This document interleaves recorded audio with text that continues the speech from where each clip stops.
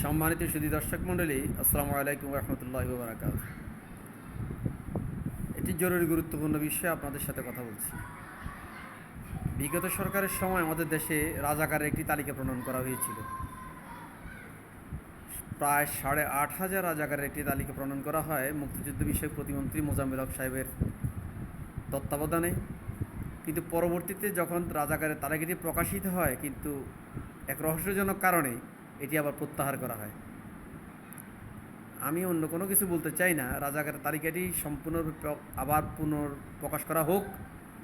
এবং একটি গুরুত্বপূর্ণ বিষয়ে দৃষ্টি আকর্ষণ করছি এই জন্যে যে রাজাকারের তালিকার মধ্যে মুসলিমের সংখ্যা কত, হিন্দুর সংখ্যা কত এবং অন্যান্য নন মুসলিমের সংখ্যা কত, এই বিষয়টা আলাদা করেই দেখানো হোক।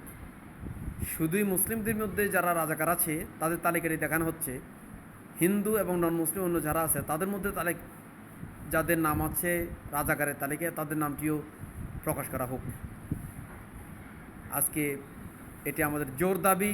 নন মুসলিমদের মধ্যে কারা রাজাকারি করেছে, আল বদর, রাজাকার, আল শামসের মধ্যে নন মুসলিমরা কারা ছিল তাদের তালিকা প্রকাশ করা হোক।